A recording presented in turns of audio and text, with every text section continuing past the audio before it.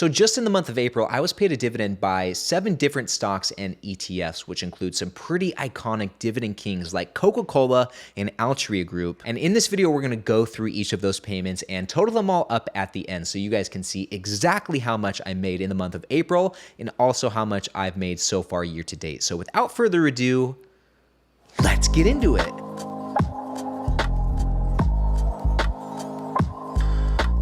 All right, what is going on, my friends? It's so great to see you guys. My name is Ryan Williams, and here I show you how to take steps towards financial freedom by investing in dividend stocks, which I think is hands down the easiest way to create passive income. Twice a week, I'm coming at you guys with new videos, most of which are different dividend stock analyses, as well as inside looks into my own portfolio. And at the end of each month, I like to go through my dividend payments with you guys, which on that note, so far year to date, without counting any of the payments that I received in April, my total dividend income received is $403.42, which for January, February, and March gives us a monthly average of $134.47. Now, at any rate, moving on and getting into the first dividend payment, this one came from Coca-Cola, ticker symbol KO, who on April 1st paid me a dividend of $10.08, which is a great way to kick off the new month. And Coca-Cola actually had a pretty nice month of April. And as far as my position goes, scrolling down here, where is Coca-Cola? There it is. You guys can see I have just over 23 shares of Coca-Cola at an average cost per share of $51.44, which puts me at a total gain of nearly 27% with this position. And this is one of the first dividend stocks I think I added to my portfolio. This one,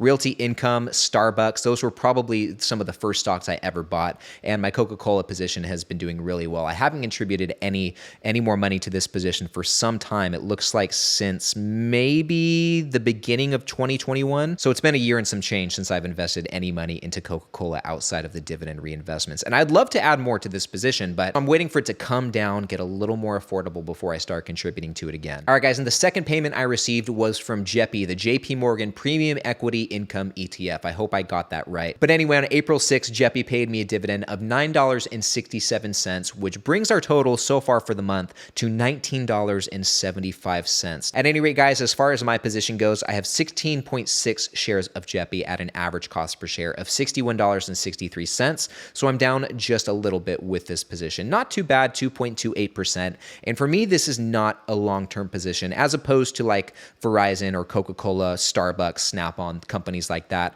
Really, I'm just holding JEPI for the meantime to put some of the cash that was in my checking account to work and create a little more passive income in the meantime until I find a better use for that money, which as of late, I won't say too much right now. I've been thinking about trimming this position, JEPI and XYLD, and maybe just reinvesting that into some of my higher conviction long-term holdings like Starbucks or Snap-on or Lowe's, which is a recent addition to my portfolio. Anyway, just something I'm chewing on. I'm not exactly sure what I'm going to do yet, but in the meantime, I'll take that high monthly income from JEPI. It's a nice boost to my dividend income. All right, guys, moving on to payment number 3. This one came from Main Street Capital Corporation, who on April 14th paid me a dividend of $6.40, which brings our total so far for the month of April to $26.15. Now, scrolling down, finding my Main Street Capital position, I currently have 29.92 shares of Main Street Capital at an average cost per share of $39.33. So I'm up about 7.3% with this position right now. And just like with JEPI, with XYLD, this is one of the monthly paying dividend stocks in my portfolio. All right, guys, moving on to payment number 4. We are just breezing through these. This one came from WP Carey, ticker symbol WPC, which is one of the real estate investment trusts, or the REITs, that I have in my dividend stock portfolio. And on April 14th, WP Carey paid me a dividend of $17.86, bringing our total so far in the month of April to $44.01. Not too shabby. Now, as far as my position in this company goes, I have 17.1 shares of WP Carey at an average cost per share of $69.25, and my position is doing great. I'm up 23% with WP Carey. This one has really taken off for me, and because of that, I haven't contributed any of my own money to this stock for some time. It looks like really since like my initial tranches, my first few, I've just been letting the dividend reinvestments do their thing. And with every dividend reinvestment, I'm getting about a fifth of a share of WP Carey. So every single year, I'm getting almost one full share just from the dividends being reinvested. All right, guys, moving on to the 5th payment of the month. This one came from the monthly dividend company. That is Realty Income, ticker symbol O, who on April 18th paid me a dividend of $9.07, which brings our total so far to $53.08. Now, scrolling down, taking a look at my Realty Income position, I have 36.8 1.8 shares of Realty Income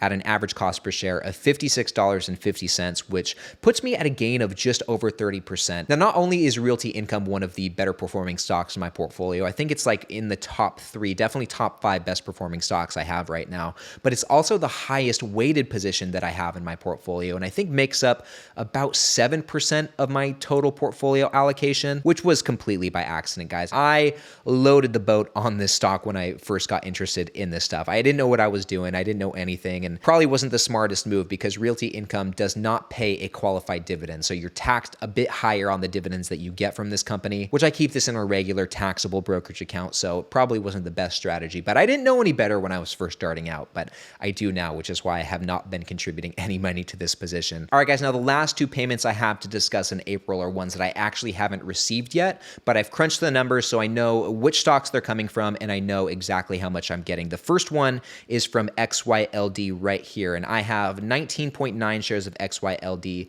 at an average cost of $50.54 per share, and I'm down just over 5% in my position. At any rate, guys, I should be getting $9.26 from XYLD this month, which would bring our total for the month of April to $62.34. Now, the last dividend payment that I'll be receiving this month in April is going to be coming from none other than Altria Group, ticker symbol MO right there. And as you can see, I have basically 44.25 share of Altria Group at an average cost per share of $42.43, which puts my total gain at nearly 31%, which is really nice. This is also one of the better performing stocks in my portfolio. Not only that, but Altria Group is a triple threat when it comes to the dividend. As you guys can see, not only do they have a high dividend yield of 6.52%, but they also have a pretty nice 5-year growth rate of 8.25%. And according to Seeking Alpha, their dividend growth history is 14 years, but I believe that's incorrect. Altria Group is actually a dividend king, and I think they've been growing their dividend for 52 consecutive years. At any rate, guys, I'm expecting a dividend payment of $39.82 from Altria Group this month, which would bring our total for the month of April to a whopping $102.16, which actually, this is very cool, guys, is actually a 46.5% increase from last year's income. So last April, I received $69.76. This April compared to last April is obviously way higher than that, so I'm stoked to see that growth. At any rate, guys, that brings the year-to-date total so far to $505.58, which if we break that down and come up with a monthly average for January, February, March, and April now, that puts our monthly average at $126.39 per month. So I'm pretty happy to see all of that, guys. I'm pretty excited that I at least broke $100 in dividend income this month. That's kind of my goal, like $100 and above, I'm pretty psyched about. And now with those payments behind us, guys, what I want to do is give you some insight as to which companies I expect to pay me in the month of May. And to do that, let's jump over to the screen. All right, guys, now what we are taking a look at here is the dividendtracker.com, which is one of the platforms that I like to use to not only keep track of my portfolio, but also do a little bit of stock research. Seeking Alpha is my main go-to for stock research, but the dividendtracker.com also has all the financial metrics, the dividend stats, everything you would need to research these companies. And this is my favorite tool on the dividend tracker, this payout calendar right here, which shows us how much income we're going to be getting every single month, and also a breakdown month by month of which companies are going to be paying dividends. And real quick, if you guys want to use this platform for yourselves, there is a free version. The link to the dividend trackers in the description of this video.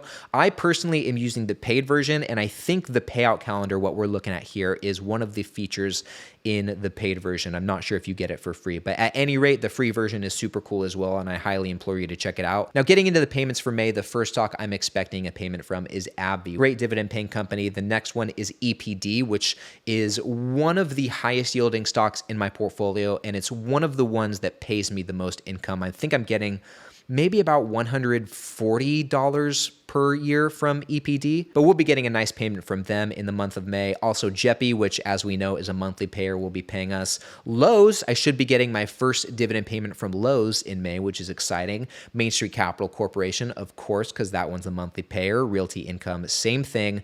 ORCC, Owl Rock Capital Corporation. This is one of the business development companies in my portfolio. Main Street Capital is also a business development company, but ORCC has a much higher yield. It's bringing me a lot more income than Main Street Capital, and in May it should pay me a nice dividend. Moving on, Procter & Gamble, one of my favorite companies, should be paying a dividend. Also, Starbucks, which is another one of my favorite companies, will be paying a dividend. And then we have Verizon and XYLD both paying dividends in the month of May. And it looks like the month of May, according to this, is going to be a pretty solid month. The dividend tracker is anticipating $142.50, but I have noticed, just keeping it real with you guys, I have noticed that this is usually off from what I actually receive. Like for April, it has me at $124.87, but like we saw earlier in the video, that's not the reality. At any rate, guys, if you want to keep talking dividend stocks with me, then let's keep this party going. Just click on this video right up over here. It'll take you right on to the next one. And if you want to see more videos like this from me in the future, then hit that subscribe button right here. With that said, I will get out of your hair. But thank you so much for watching. I really appreciate it. Hope you have a great day, and I will see you in the next one.